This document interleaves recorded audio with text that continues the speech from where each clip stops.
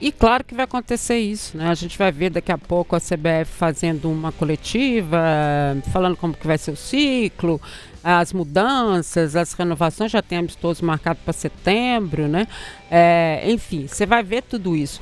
Mas eu acho que o estudo tem que ser muito mais profundo do que só uma mudança de história. Daqui a pouco a gente vai ver o que o Ancelotti falou, né? Que ele fala assim, não, essa derrota já está começando outro ciclo. Eu não acho que é tão simples assim. Eu acho que é preciso rever muita coisa. Da parte dele, né? Da parte de quem foi, da própria comissão técnica, do atual presidente, de uma série de situações que foram vividas no ciclo todo. Ah, mas se não tivesse acontecido, vocês não iam estar falando disso. É lógico, né? Fala. Eu posso estar falando aqui uma grande besteira, tá? Mas às vezes a gente fala besteira. Eu vi tanta gente falando besteira ontem. Mas eu acho que a gente precisa repensar algumas coisas do tipo, será que vale mesmo a pena para nós, enquanto Brasil, abrir tanto mercado como a gente tem colocado atualmente, com tantos jogadores, né, sul-americanos aqui? Sim, concordo. Será que não seria o momento da gente reduzir isso, não? Para dar mais espaço para os nossos jogadores estarem atuando nos nossos clubes? Mas talvez a gente pode pensar também, poxa, Jaime, a gente pode até dar essa abertura, só que os moleques estão saindo com 17, 18 anos. E ganhando muito, né? 17 já tem o clube já fazendo a proposta, comprando com 17, 17,5, não que ele faz 18 e vai embora. Não dá pro cara ficar aqui. Mas a gente precisa pensar em estratégias para que, sabe, isso aconteça, ter esses moleques jogando aqui nos nossos clubes, criando mais identificação com o futebol brasileiro, com o povo brasileiro. Nessa época de Copa agora é muito comum você sentar com as pessoas e conversar, bater um papo. Vamos ver o jogo do Brasil junto aqui, as pessoas, quem que é aquele ali? Esse é quem? Esse é quem? Esse é quem? As pessoas não conhecem os nossos jogadores. Então eu acho que essa identificação... Você acha que, assim... Será que faltou brasilidade na seleção brasileira? Faltou? Pro brasileiro comum falta. Sabe, hoje o porteiro lá da... Mas o brasileiro comum não tá nessa porque ele criou um afastamento da seleção, não dos jogadores? Porque aí, Jaime, o Danilo foi pra Copa sendo jogador do Flamengo, foi revelado pelo América. O Gabriel Magalhães, ok, você não tem muito o que defender. O Marquinhos foi jogador do Corinthians. Mas o Alisson foi jogador do Internacional. Eu falo assim, aí eu vou pegar pelo meu curral. Eu tô em Minas Gerais, certo? Aí eu tô aqui em Minas e quem do Cruzeiro foi? Quem do Galo foi pra seleção brasileira? Aí quando a gente olha lá o Douglas Santos, pô, mas já jogou no Galo, né? Aí você fica assim, mas não tem jogador nosso lá, sabe? E o torcedor sente essa falta de ter essa proximidade ali com os jogadores. Aí o porteiro da escola dos meus filhos hoje tá assim comigo, ô Jaime, pô, eu teria levado o Pedro. Porque eu falei assim, olha, eu não entendo futebol não, sabe? Mas por que não levou o Pedro do Flamengo? Tinha que ter levado o Pedro pra poder jogar. Esse Everson, goleiro do Atlético. Pô, por que não levou o Everson, sabe? E olha que foi uma formação de elenco dos últimos anos a maior com jogadores atuando aqui, Jaime. Sim.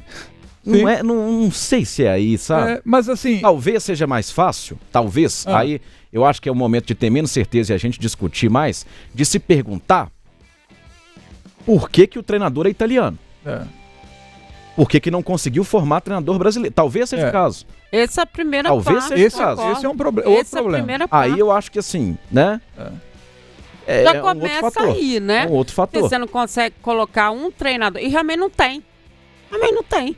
Conseguir colocar um treinador brasileiro para essa história... E aí? E os jogadores? Aí você vai conversar com os presidentes de clube, e os meninos já conversaram várias vezes, eles dizem o seguinte, é melhor você ir buscar um jogador argentino, uruguaio, paraguaio, custa menos do que você formar um jogador brasileiro. Aí... tudo isso, né, colocado no papel, e quando a gente entende, né, que esse processo é todo assim, e que o treinador teve que vir da Itália, a gente também chega a ouvir muitos absurdos em relação ao Ancelotti. Eu ouvi ontem de um jornalista, ex-companheiro e tudo mais, que o Ancelotti sempre foi muito mal de seleção, que ele é bom em clube. Isso não pode ser uma explicação para o trabalho dele em termos de seleção. Então eu queria saber de vocês o seguinte, qual o peso do Ancelotti nesta eliminação? Ele que chegou no tempo que chegou, ele que chegou da forma como ele chegou. A gente não vai esquecer aqui que ele quis entender o Brasil, que ele aprendeu português, que ele foi a jogos, que ele tentou entender todo o processo, procurou muita gente. Teve revelado pelo próprio Roberto Carlos, né, que ele montou uma subcomissão técnica com o Roberto Carlos, com o Ronaldo Fenômeno, com o Kaká, que davam suporte para ele. Até jogadores que atuaram com ele e tudo mais, né, para que todo mundo entendesse melhor o que estava acontecendo. Qual que é o peso que ele tem nessa eliminação? Sabe o que me incomoda no trabalho do Ancelotti? Ontem especificamente, uma coisa que me incomodou especificamente do trabalho do Ancelotti no jogo contra a Noruega foi o fato da escolha dele, Ancelotti, do Brasil jogar tão retraído, entregando bola para o adversário. Isso não é Brasil. Brasil contra a Noruega, né? Se fosse um jogo contra a França, eu entenderia. A França tem um time melhor que a gente, sabe? É a grande favorita para ganhar a Copa. O time dos caras é realmente extraordinário. E como estratégia, a gente jogar um pouco mais defensivo para poder buscar no contra-ataque ganhar da França, entendo que a seleção dos caras é melhor que a gente. Mas o Brasil, para mim, apesar da eliminação, nós temos uma seleção melhor do que a Noruega. Para mim, o que me doeu é que, no meu entendimento, o Brasil ser melhor que a Noruega e a gente ser eliminado pelos caras. Fomos eliminados pelas circunstâncias dos erros de finalização, numa cobrança de pênalti, numa chance clara que o Endrick teve pra gente, 2 grandes chances para fazer 1-0. Se aproveitássemos as 2, era 2-0 e ali o Brasil teria liquidado o jogo. Fato. E aí hoje estaríamos talvez aqui elogiando, a estratégia do Ancelotti funcionou, que não sei o que e tal. Mas eu não gosto de ver o Brasil jogando como jogou contra a Noruega. Acho que nem um brasileiro. E já disse isso, por exemplo, em relação ao Atlético. O Barba Domingues pode ser campeão da Copa do Brasil ou da Sul-Americana como Atlético, mas o estilo do Barba não é o estilo que eu, torcedor do Galo, gosto de ver o Galo jogando. Eu gosto de ver o Galo indo pra cima do adversário. Eu não gosto desse Galo retraído ali. Eu gosto quando o Galo tem posse e vai pra cima dos caras. Sabe? Estratégias em determinados jogos que você recua um pouquinho para trazer o adversário para perto de você e tentar contra-atacar quando é um adversário o time às vezes menor, que vem aqui só para se defender, e numa estratégia você recua um pouquinho para ver se você vai ter campo para contra-atacar, ok, mas o tempo inteiro como, sabe, o Brasil jogar, teve determinado momento que tinha 30% de posse de bola. Sim, não tinha nada. Aí isso me incomodou demais. Então assim, é isso que nós vamos preparar para o próximo ciclo em 2030, uma seleção que vai apresentar esse mesmo tipo de estratégia de jogo para 2030, para as eliminatórias da Copa, sabe? Isso me incomodou. O peso é enorme, né, do Ancelotti. Eu acho que a gente já citou alguns aqui da estratégia, a gente já citou... Só para deixar claro, a gente está recebendo mensagem que quem falou que ele era bom em clube, mas não em seleção, foi um colega jornalista que está lá na Copa. O peso a gente dele... só trouxe isso, não fomos nós, não. O peso dele é também na decisão do pênalti, né, na tomada da decisão, nas substituições, ele mexe mal no time. O Brasil se expõe e perde força defensiva também, perde força ofensiva. E antes mesmo de começar a Copa, ele também tem o peso da responsabilidade. Não pode ficar no discurso só quando termina o jogo e quando perde. O técnico não pode chegar na coletiva e falar a responsabilidade maior do técnico. Isso não pode ficar só na boca do treinador, né? Tem que vir para de fato acontecer da cobrança, né? Então, quando ele assume chamando os jogadores de confiança dele, mas que não estão bem em comparação a outros jogadores da mesma posição, improvisando jogadores num setor onde é necessário ter alguém, pelo menos fisicamente mais forte, para ter um Brasil menos exposto. Então ele assume toda essa responsabilidade. Por isso, acho que o peso dele é enorme nessa desclassificação, nessa eliminação e nessa campanha horrorosa desse vexame, né, que fez o Brasil ontem. Assumiu o risco, né, Colombo? Para você, das modificações, e aí realmente a gente viu que o Cavaco tinha ido pro brejo, né, que tinha errado tudo nas substituições. O que foi pior? A mudança do esquema tático, porque daí ele passa a se utilizar novamente do esquema anterior, ele entra com menos volantes, depois ele aumenta o número de volantes, vai na pegada, segura um pouco mais. O que foi pior? Eu acho que no decorrer do jogo, sobretudo no segundo tempo, das trocas em que ele fez, pra mim, assim, foi muito ruim. Qual e aí, pior? O Neymar, isso não tem a menor dúvida. Isso aí eu não tenho a menor dúvida. E chegaria ao ponto que eu gostaria de falar com o Jaime, mas antes dele. E aí, assim, aí a gente tá falando da CBF, a gente volta a falar de que tem que se pensar, tem que repensar muita coisa. Só que antes de começar a Copa do Mundo, o Ancelotti tem seu contrato renovado até 2030. Então o recado que passa a CBF é que, independentemente do que acontecer, ele tem a nossa confiança. E assim, é o Ancelotti, mas poderia ser assim? Deveria ser assim? Não. Deveria ser? Sabe, ninguém está discutindo da questão do Ancelotti espetacular, esplêndido, vencedor, multivencedor que foi no Real Madrid. Só que tem que se discutir Ancelotti na seleção brasileira. E a história do Ancelotti na seleção brasileira tem que passar muito pela Copa do Mundo.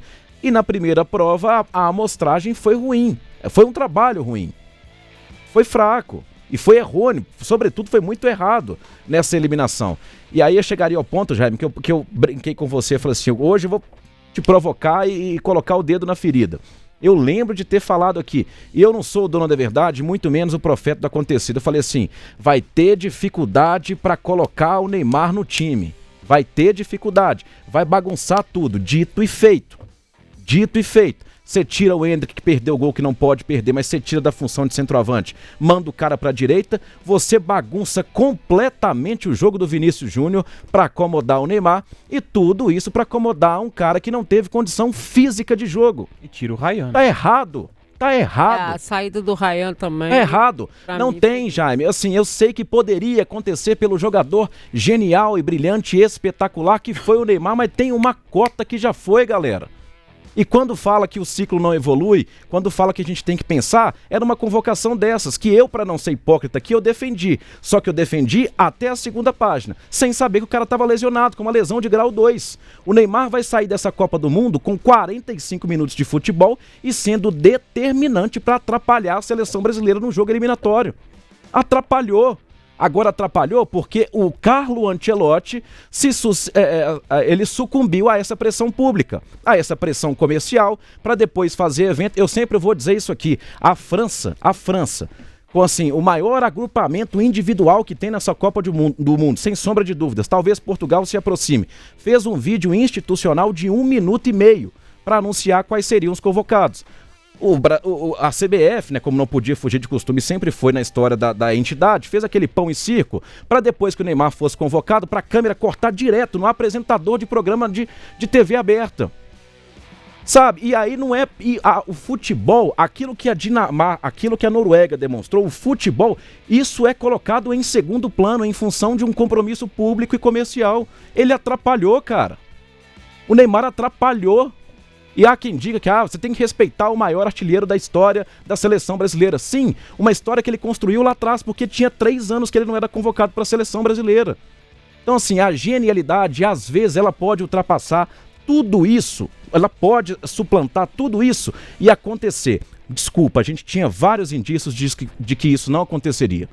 Não aconteceria. Por causa, o Ancelotti, a figura enorme que é, a figura grande que é, sucumbiu a essa pressão descabida para colocar um jogador que, no final das contas, não é que ele não ajudou, é que ele atrapalhou a seleção numa eliminação bem sintomática. A entrada do Neymar atrapalhou a seleção brasileira. Aí o resultado. Vai acomodar onde? Vai acomodar para que precisar? O Neymar era necessário nesse jogo contra a Noruega? Sabe, assim... Sinto muito, mas o Ancelotti buscou isso e foi complacente a partir do momento em que ele trouxe para a Copa do Mundo um jogador com uma lesão grau 2 que quer queira, quer não, jogou 45 minutos numa Copa do Mundo. E agora deixa eu falar uma coisa, e até para o Jaime te responder. Tivemos a mesma situação na Copa do Mundo em que o Brasil foi campeão mundial, em 2002, que era a pressão para que o Romário fosse convocado. Luiz Felipe Scolari, saído do Cruzeiro, saído daqui, disse, não vai. E não foi. Só que aí eu acho que tem uma diferença. Eu acho que não tem nenhuma. Eu acho que tem uma diferença. Qual? Porque tinha um Ronaldo fenômeno. Não, o Ronaldo estava machucado. Ele levou o Ronaldo como o Neymar foi machucado. Então, a discussão era, por que você não vai levar o Romário, que tem e tá ok, não sei o que, né, campeão mundial, blá, blá, blá, e vai levar o Ronaldo machucado? Que foi a maior pressão que ele sofreu. Mas o Ronaldo deu certo. Ele recuperou lá. O Neymar... Eu não vejo diferença, já. Sinceramente, não vejo. Mas eu tô falando, a diferença é que você levou o Ronaldo fenômeno em vez de levar o Ronaldo, né?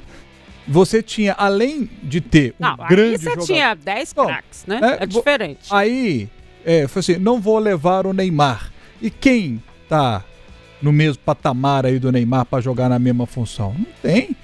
Não tem. Então, assim, pra mim, o Ancelotti... Hoje em dia, Jaime... Hoje em dia... Patamar quem tá jogando mais? Gente, desculpe aqui, o setorista do Atlético falando. Quem tá jogando mais hoje? Matheus Pereira ou Neymar? Pô, não tem? Não tem ou não tem coragem de levar? Não tem coragem. Não, mas quem joga mais? Não, quem joga mais, o Jaime... Jaime, você tá tratando o Neymar hipotético. Você, como boa parte da população, tá tratando o Neymar que o Neymar foi outrora e que não é mais. Não é mais. Nós não estamos falando isso da Copa do Mundo. Senta e assiste qualquer jogo do Santos pra ver. Você viu o Neymar aqui. Você viu o Neymar contra o Atlético. Ele foi esse Neymar que você estava esperando? Não foi. E não tem sido. O Neymar, a grande contribuição que ele tem nesse retorno ao Santos até o momento, vocês vão se lembrar que é aquele jogo de 6 pontos que faz contra o Juventude, em que ele faz 3 gols. É esse, contra o Juventude, no Alfredo Jaconi. É esse o grande momento do Neymar até o momento. Uma credencial para a Copa do Mundo? Pô, sabe? Mas em que pese o fato, e aí para o Jaime completar, e eu quero muito ouvir a sua opinião, principalmente a respeito do que você acha que é diferente, o Neymar não jogou tanto tempo assim, nesses jogos. Ele teve. A definição ficou muito mais pelos outros que por ele. Teve jogo que ele não entrou. Mas ele estava machucado. Não, mas eu tô dizendo, não entrou. Então, assim, também a culpa não é dele. Eu mantenho, apesar da eliminação da seleção brasileira, eu teria levado o Neymar e não me arrependeria também de ter levado com a grau 2? Com a grau 2? Com a grau 2, deu tempo. Tanto que ele tá em campo, gente. Ele recuperou. Aí ele recuperou. Ele recuperou. Eu teria levado também, e teria colocado ele no jogo que ele não colocou, e teria. Eu só acho o seguinte, o Ancelotti não conseguiu montar a seleção para jogar em função do craque que temos. Porque nenhum treinador no mundo consegue colocar um jogador que não tem conta de render para ele fisicamente. Não, a gente tá falando do Vinícius Júnior. Nenhum jogador. Eu tô falando do Neymar. Eu tô falando do Vinícius Júnior. Eu acho que em nenhum momento ele conseguiu... Qual que é o único craque que nós temos em campo? Nós temos craque nas laterais. Nós temos craque na zaga. Nós temos craques no meio campo. Temos? Eu acho que não. O único craque que a gente tem... é o craque? Não é. Não é craque. Nenhum, nós não temos. Bruno acabou, Guimarães fim é de história. Não é. Aí você tem o único cara diferenciado que a gente tem no Brasil é o Vini Júnior, ok? Sim. O Brasil jogou em função do Vini Júnior? Pra mim, sim. Jogou. Eu não acho. Pra mim, jogou. Eu não acho. Termina como o melhor jogador da Copa. Brasil. Não, sem dúvida. Ele manteve isso, porque ele é acima dos outros. Mas você dizer que ele montou uma equipe coletivamente para jogar em função do Vini? Não acho. Acho que as substituições dele ontem e a maneira como ele conduziu o time comprovou pra gente isso. Não tem... É o Vini. E o Brasil não jogou em função do Vini. Não se responde, amor. Eu vi o Luxemburgo falar a respeito, né? Tava bravo, Luxa, gente. Você tem um cara como o Neymar, quando ele entra em campo, você tem que jogar em função dele, pra bola chegar nele. Cara, olha, hoje estava vendo um videozinho acima você tinha o vídeo da Noruega, né? 2006, Ronaldo Fenômeno. Abaixo você tinha o vídeo Noruega contra o Brasil com o Endrick. Praticamente o mesmo lance. O Endrick sai na cara do gol ontem e não consegue fazer o gol. O Ronaldo, quando sai na cara do gol, ele vê o goleiro e fala assim, aqui, filho, vem cá, e passa pelo goleiro com tranquilidade e bota no fundo do barbão. Muito diferente. É diferente termos um grande jogador ali, né? Então, assim, se ontem o Ancelotti tivesse começado o jogo com o Neymar, quem que ia bater esse pênalti? Ia ser o Bruno Guimarães? Não. Não ia. Ia ser o Neymar. O Neymar nem ia deixar. E ele ia guardar? Evidente que a chance dele guardar é enorme. É um baita de um cobrador também vi esse questionamento. Então, assim, se o Neymar tivesse começado o jogo, gente, era 1-0 Brasil. Você gostaria que começasse? Era 1-0 Brasil. Se tivesse começado, eu não criticaria. Tudo é si. Eu tô gostando porque tudo é si. Eu sei. Só isso que eu tô achando espetacular isso. Mas o futebol é si, a gente não pode adivinhar. Você começaria com o Neymar? Se ele tivesse começado, eu não acharia. Você começaria? Eu teria começado com o Danilo. Ok. Eu teria começado com o Danilo. Eu não teria começado com o Martinelli. Eu não teria começado com o Martinelli. Aquele dia que eu teria começado com o Danilo mesmo, sabe? Eu teria começado com o Martinelli. Né? Mas assim, se ele tivesse começado com o Neymar, ele teria que ter treinado para jogar em função do craque do time, para a bola decisiva chegar no pé dele. Se a bola decisiva, se o pênalti fosse cobrado pelo Neymar, olha, a chance é enorme de ser 1-0 Brasil. Por que ele não conseguiu fazer o time jogar em função do Neymar? E se sai o Neymar na cara do gol contra o goleiro da Noruega, era gol do Brasil. Por que ele não conseguiu fazer o time jogar em função do Neymar? Porque o Neymar nem treinando tava. Como é que ele ia fazer isso? Exato. Exato. Eu sei. Eu sei. É inadmissível uma convocação dessa, né? Eu sei disso. Só que o Neymar recuperou da lesão. E aí passa a treinar com a seleção. E aí... E foi antes do jogo. Quem é treinador da seleção e que ganha muito dinheiro para poder resolver os problemas é o Ancelotti. Fala assim, cara, o craque tá aqui, cara. Você tem que saber jogar. Eu acho que esse esforço hercúleo assim, Jaime, ele teria que ser feito, cara, para uma certeza de um cara que ia agregar. Esse esforço todo, assim, passa pano pra lesão grau 2, passa pano pra treinar sem o grupo. Passa pano pra não começar todas as partidas, mas entrar e decidir. Tinha que ser um cara que teria a certeza, a convicção de que ia ajudar. A convicção.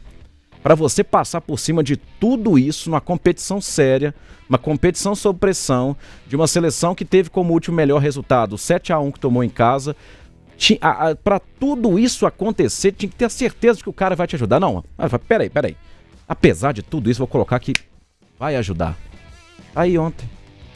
Vocês não acham, olhando tudo isso... Numa boa, não foi por causa do Neymar que o Brasil não avançou? Não foi, óbvio que não, ele nem jogou. Não tô dizendo que é por causa do Neymar. Eu tô dizendo que assim, colocou pra quê? Pra ele ajudar. Ele ajudou? Ele ajudou, mas tinha um monte lá também. Ele ajudou? Não acho que o Neymar conseguiu fazer... Não. Assim, muita coisa no jogo ontem. Mas tinha gente lá que poderia ter ajudado mais. Eu queria que vocês respondessem uma pergunta que tá chegando aqui o tempo inteiro. Quem é o craque que o Brasil tem hoje? É o Vinícius. Craque. Vinícius é um craque de bola. Nós temos um craque. Quando vocês olham tudo, um craque. Convocado sim, né? Pra mim o Estevão é muito craque. Mas ele tá convocado. Não, sim, aí a gente teve os problemas com as questões das contusões que também tiveram seu peso. É o tanto quanto difícil para todo mundo aceitar que a gente entre numa Copa do Mundo tendo praticamente ou tão somente um craque diante de toda a história. Sabe o que isso mostra? Que a gente mudou e mudou muito. Sabe? Que o futebol brasileiro mudou e precisa ser repensado. Que a gente tem que olhar o que a gente realmente está fazendo, né? As categorias de base estão fazendo. Sabe por quê? Não é só no profissional. São nas categorias de base também, né? Nos mundiais sub-20, nos mundiais sub-17, vem aí a Olimpíada.